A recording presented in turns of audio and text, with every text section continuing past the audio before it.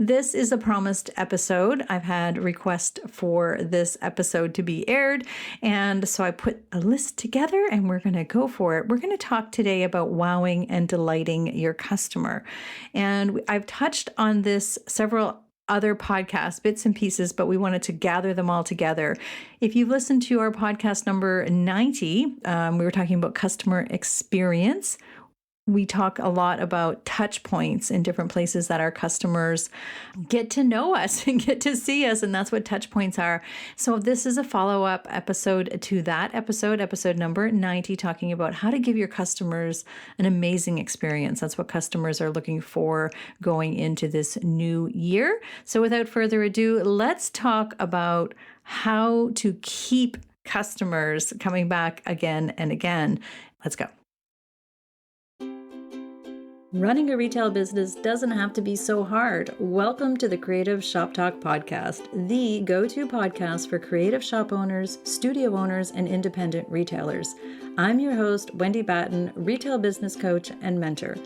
Each week, I'll share simple, proven business strategies, inspiring stories from fellow retailers, and advice from industry experts.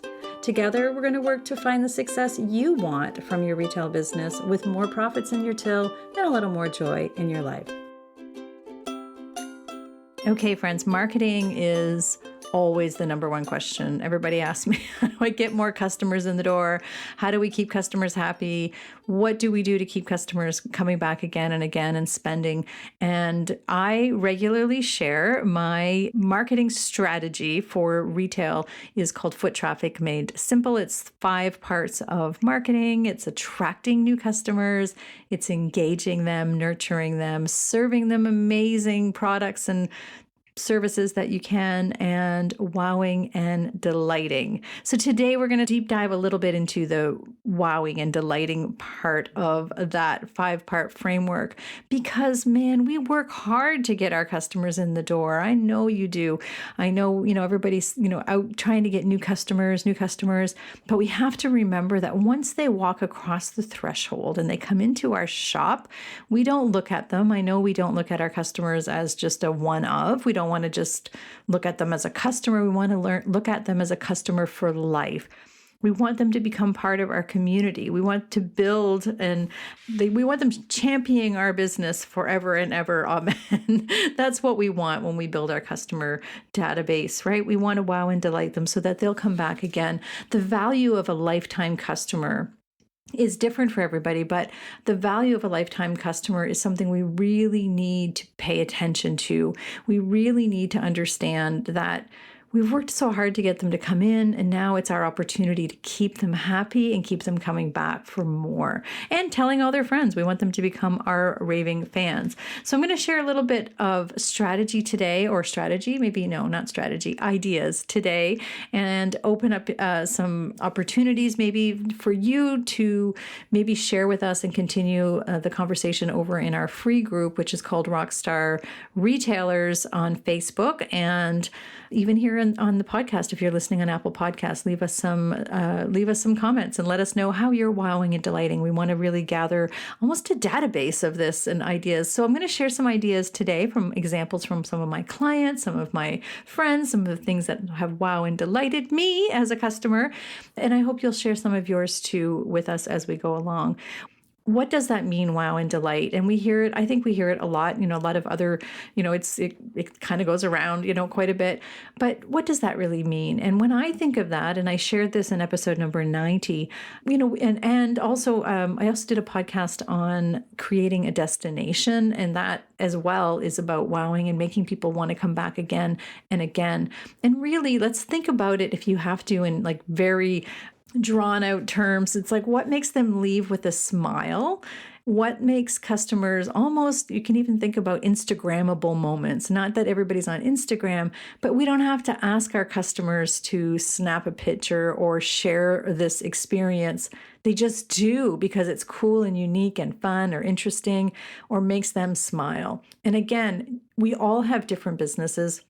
When you hear me talk about like make them smile and love it, if it's a professional business, we want to, let them leave feeling so seen.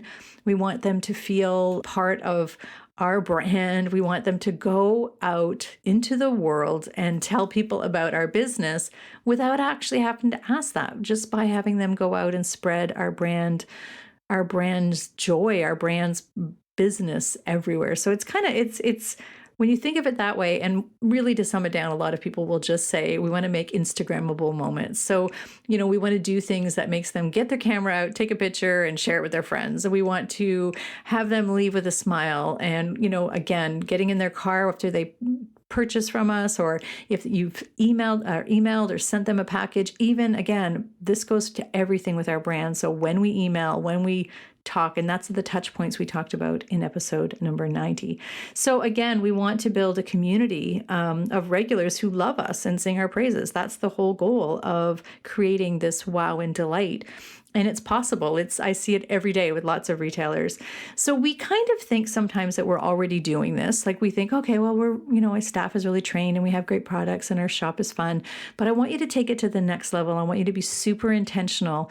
And at the end of this podcast, I'll give you some action steps that you can take every day, that you can ask yourself every day. So a couple of different ways, and I'm going to actually give, because we've been sort of talking about this in lots of other podcasts, I wanted to give actual examples of, so get your pen out is what I'm going to say. Get your pen out, or, and let's take some notes and ideas down. And then I really want to, again, expand this conversation over in our group called Rockstar Retailers, and see what else you can come up with. I want you to start thinking about different areas of your business. So it's not just the overall feel of your shop. So merchandise, your shop standards, all of, those things. And again, if you're an Inner Circle member of my Retailers Inner Circle, we have all of those types of master classes inside our Retailers Inner Circle. We have shop standards, we have merchandising, all geared towards serving our customers from the highest value, and putting all this together. But let's take it to the next level. Think about your store premises, different areas of your business that we can wow and delight. So simple little things like, what can you do in your shop that when people are walking through makes them smile? And again, keeping your brand in mind. It depends on your brand, but the majority of my listeners are small to medium, independent, creative stores, independent stores. And we're not Walmarts, we're not we're not the big giant stores. So we're capable of doing extra little things. You're capable of doing it. If this doesn't fit your brand, if you're too, if it's just too much or too busy, just take these ideas as you can. And also, this is not something you shouldn't do all of these things, or you might not want to do all of these things. It's just to get your brain going. So when we walk through the store, it starts at the parking lot. When they pull into your parking lot, or is there signage that we can put there? When they walk through your front door, again, thinking of your customer experience and being a customer of your own shop, as we mentioned in episode number 90, where are the opportunities for you to just make things a little bit more interesting, fun, different than everybody else, than all the other shops, than every other shop on your street or down the road, or every gift shop or every other bookstore? Where can you make people just notice something a little bit different?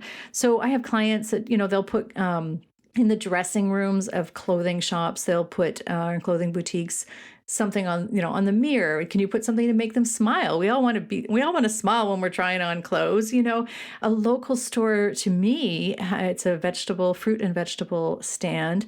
They have a screen door, like an old-fashioned screen door, and it bangs and slaps, and it's kind of cool. There's a bag of carrots that they use as a weight to make the door slam. I can't explain it on radio or on podcasts. It sounds funny on the show, but to make sure that the door closes every time, they have a weighted bag of carrots, and it's quirky, it's fun. People are always taking pictures of it. When I see a picture on Instagram of carrots by a screen door, it automatically, I know, oh, that's that shop. I know which exactly shop it is. That's what we kind of think. It makes people smile. People are talking about it all the time. We want to be the place that people say, oh, that's the place that like I just did with the carrots, right? One of my clients has a dog in her window. This sounds so corny, but it's so funny. It started as an accident, but she had to bring her dog to work a couple of times, her puppy. She has a small little tiny dog. She brings her dog to work and she puts it in the window. It loves it. It has its own little pen. People now know that Tuesday is when Penny is at the shop. So there's just it's just kind of little fun things that's different. And it really goes with her brand and all of the things, right? There's different things that we can do. We can also have, to the dog thing, I have another client who paints in her window on Tuesday. Well, she used to. It's Tuesday with Tina, and Tina's in her window kind of painting a piece of furniture. She sells painted furniture and she does it right in her window. It just kind of started as a lack of space and she was creating her window once and now she kind of does that. It's just different. It's something different. Not saying you have to all do that, but doing things like store demos. We have a podcast on store demos as well too. I'm a big believer in giving your customer the experience of your products if you can. So that's something a little extra. A lot of people aren't doing that. A lot, showing your, every Saturday afternoon at 2:00, so-and-so is going to be showing a new product and how to use a new product, whether it's how to stage something or how to use paints or a product or a DIY product. There's all kinds of different ways we can do it. If you're a workshop or DIY leader, being a little bit extra for your workshops. What is one thing that you can do to level up your workshops? Leave a candy on each place setting as they come in. Give them a thank you note at the end of the day. That's personal. It's lovely, handwritten thank you note. Maybe maybe they paint a little card, each one of them, and hand it over to the next person, or whatever your thing is, whatever you're doing at your workshops or your DIY. What's the next level? Everybody leaves with a gift. I'm not sure what your thing is, but I want you to think about when you have a customer in front of you, how can we just connect with them, have them be seen, and have them feel special? That's the whole goal. So there's other things we can do, value add, and I've shared this on other podcasts, but value add, meaning we don't have to discount. We don't have to discount to make people happy. We don't have to give, big cuts and big discounts when we have good clients coming in. What we do love to do and what does make customers feel good is value add. So perhaps we're adding a book of matches every time somebody buys a candle, like a branded. I have a client who does in January, she does, because the January blues make her sad. So in January is a little bit slower. When customer comes in, she sells cookies. And when clients buy the cookies, she gives extra cookies in January, just because, with a little note that she has, pre-done and plans this in advance. But her wow factor in January is, I know everybody needs an extra cookie in January, so here you go. Because everybody does need an extra cookie in January. Different things. What could you do to value add when customers come in? It doesn't have to be something we do every day, all the time. It can be something that's just special for this month, or it could be a week, or it could just be a little extra. A thank you card is a crazy, awesome, amazing thing. Not many stores give you a thank you card. It could be a little pre-written postcard.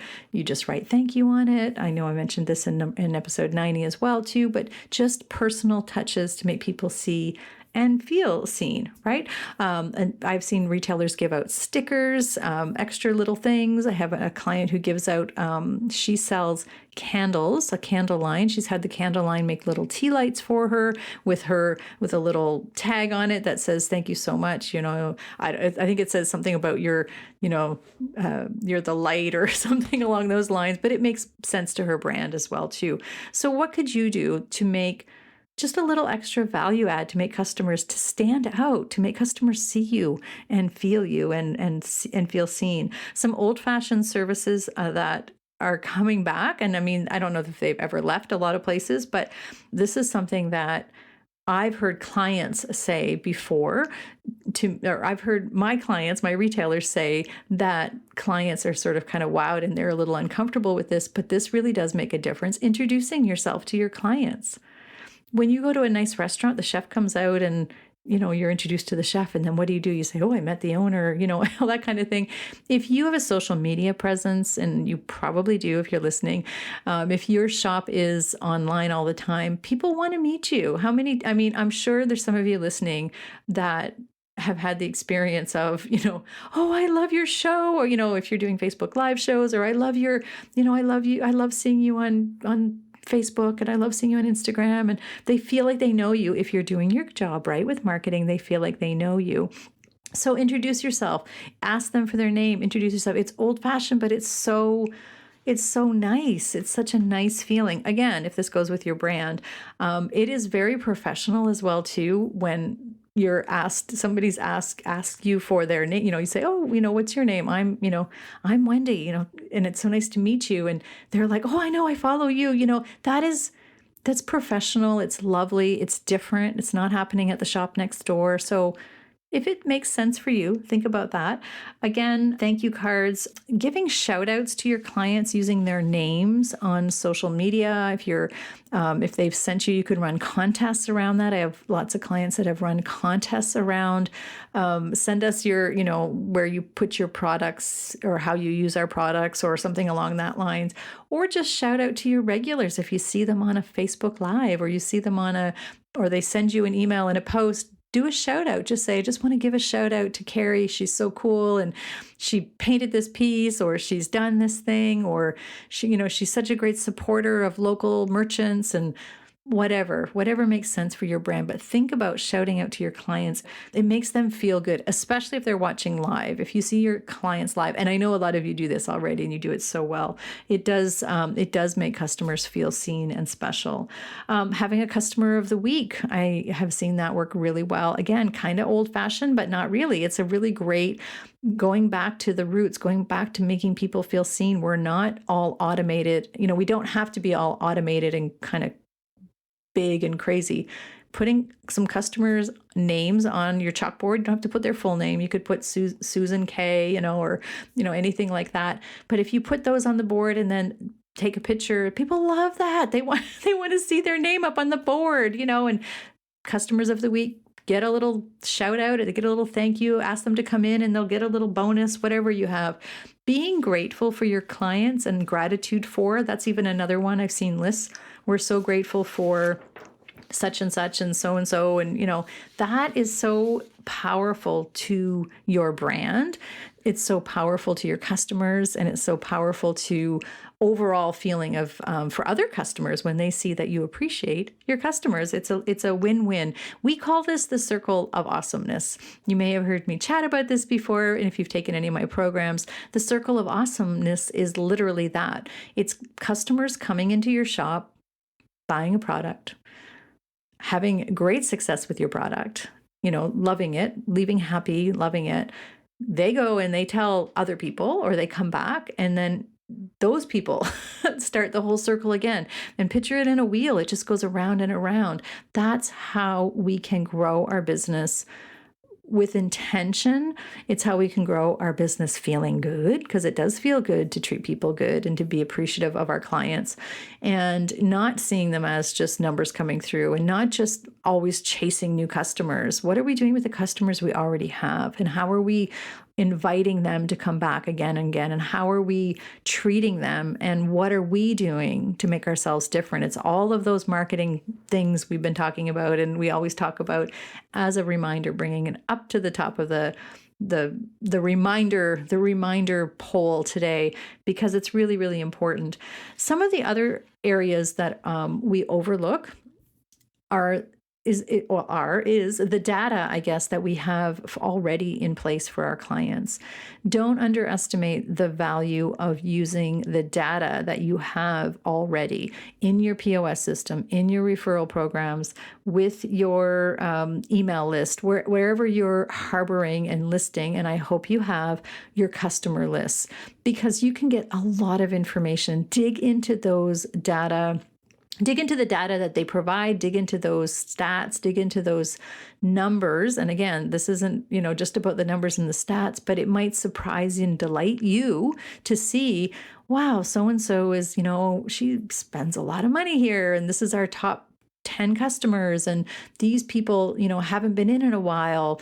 So send out, there's a couple of things that we can do with personal data. And I said I would explain a little bit more about that on previous episodes. And what I mean by that is, first of all, if you're small enough, even though I know you're busy, I want you to think about, and when I say small enough, meaning if this is manageable for you, to take 5 clients a week and invite them back in, or invite them or send them a personal thank you note, do something, whatever the data is that you noticed.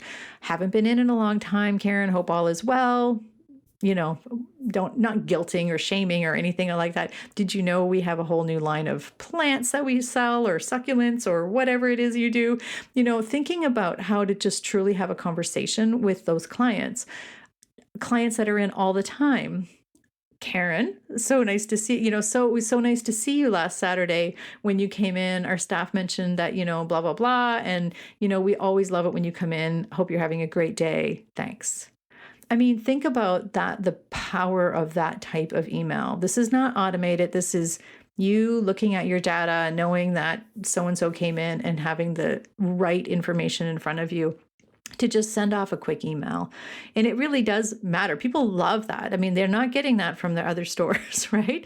On a bigger scale, on a less, individual email. And by the way, I know you're thinking, I don't have time to send 5 emails to people.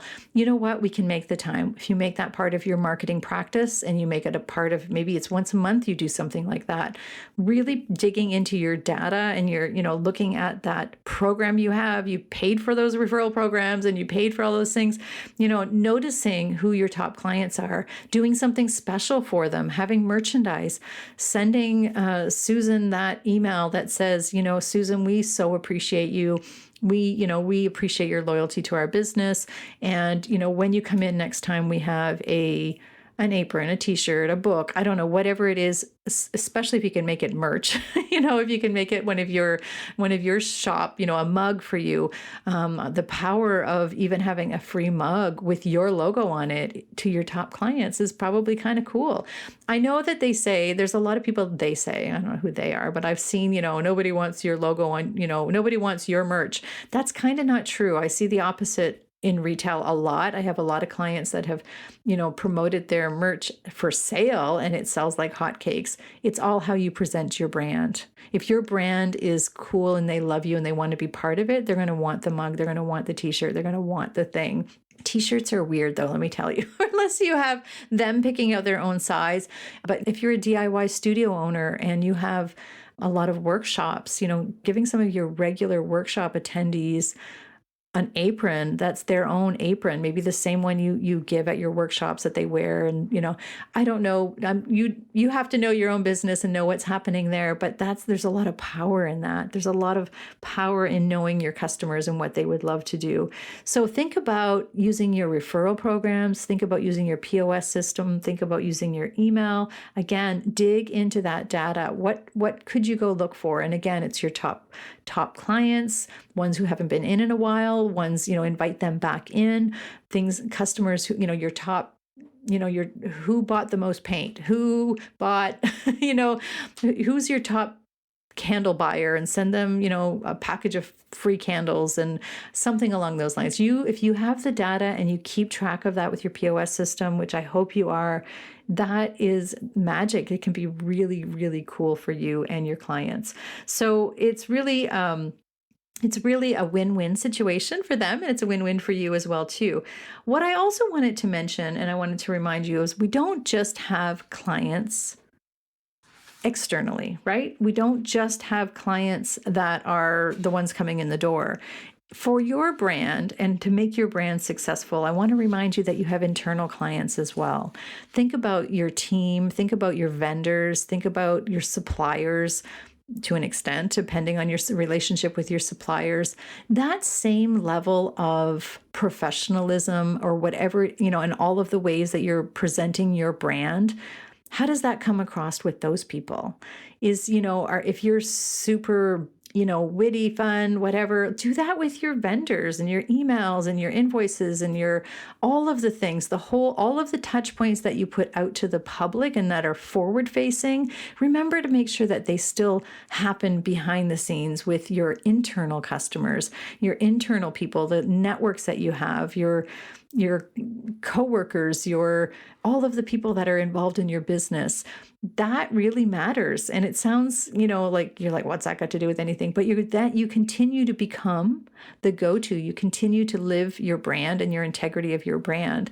And that might work for you. Just planting those seeds for you. I just want you to be well aware that wowing and delighting doesn't just end with our customers. That circle of awesomeness also extends to our internal customers, our team, our, again, if you have vendors or you have people and other people in your shop or suppliers in your shop, it is really cool if you stay in integrity with your brand and wow and delight all the way around to everybody. And it feels good too. To be honest, we need a lot more feel good stuff going on right now, right? So hopefully wowing and delighting is something that you're paying attention to.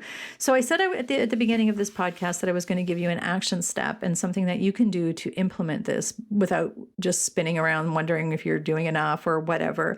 So a couple of things that we like to do is ask ourselves during our CEO dates. This is something that my retailers do inside my Retailers Inner Circle. We have what we call a CEO date. We do it on Monday. Well, I do mine on Mondays, but anytime that retailers are sort of setting themselves up for success for the week, one of the strategies is going through the foot traffic made simple, like all the steps, right? The attract, engage, nurture, serve, and wow and delight. And ask yourself, what am I doing this week? Or what is the strategy we're putting in place? What do we need to work on, order, do, whatever it is to put this wow and delight? And always reminding yourself that you're doing that will help keep customers coming back.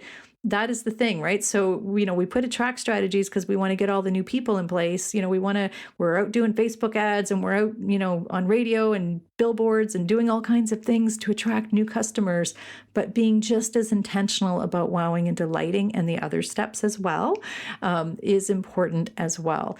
If you're not a member of my Retailers Inner Circle, first of all, why not? But if it's not the right time for you, I do have a mini workshop simply dedicated to the foot traffic made simple formula. So we'll have that in the show notes for you as well too, and you can find it on my website at wendybatten.com. But the question that you can ask yourself again on your CEO date every week is, what am I doing this week to wow and delight my customers?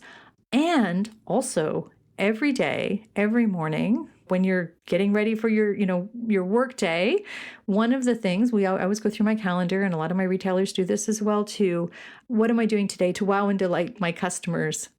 Just reminding yourself that is what, this is what we have in place. Oh, we're going to do the customer of the day, or today we're going to go to the referral program, or whatever it is, just to sort of remind and reinforce what you said you were going to do at the beginning of the week. So every day we ask ourselves how we're inviting customers in, and every day we ask ourselves, how are we wowing and delighting? Because that is really important. And again, that's the circle of awesomeness. And that's how we get customers coming back again and again. And again, we want them to be raving fans, and we want them to tell people about us. So building our community, I talk about it quite a bit, isn't just about the products, and it isn't about our shop. It isn't just about our, what we do and what we sell. It's about the whole branding package and staying in alignment with that. So I hope you found something helpful here. I'd love, love, love to know. There's a million, thousand, bazillion ways we can wow and delight our customers. I just wanted to give you a few examples today just to start thinking differently, I think. And I want to know how you're doing it. So please, if you're a member of our Rockstar Retailers group, let's continue the conversation over there. There'll be a post up, and I'd love to know what you're doing. And if you're not a member, feel free to join. And you can find us again on Facebook at Rockstar Creatives. Or if you're looking for, again, the information on Foot Traffic Made Simple, or to join my Retailers Inner Circle, we'd love to have you inside there. We have a beautiful group of independent shop owners who are just doing amazing things to grow their business. So if you like what you hear on the podcast, please feel free to join us. And you can find all of that on my website at wendybatten.com or on the show notes. So thanks so much, my friends. I hope you are having a fantastic week. Again, bumps and bruises all over the place, but we've got grit and we're going for it. And everybody's, that I'm speaking with lately, we're just having another great year. There's a lot of positive, awesome things to look forward to. So get out there. Let's wow and delight our customers, turn them into our raving fans. Have a great week. We'll see you next week, my friends.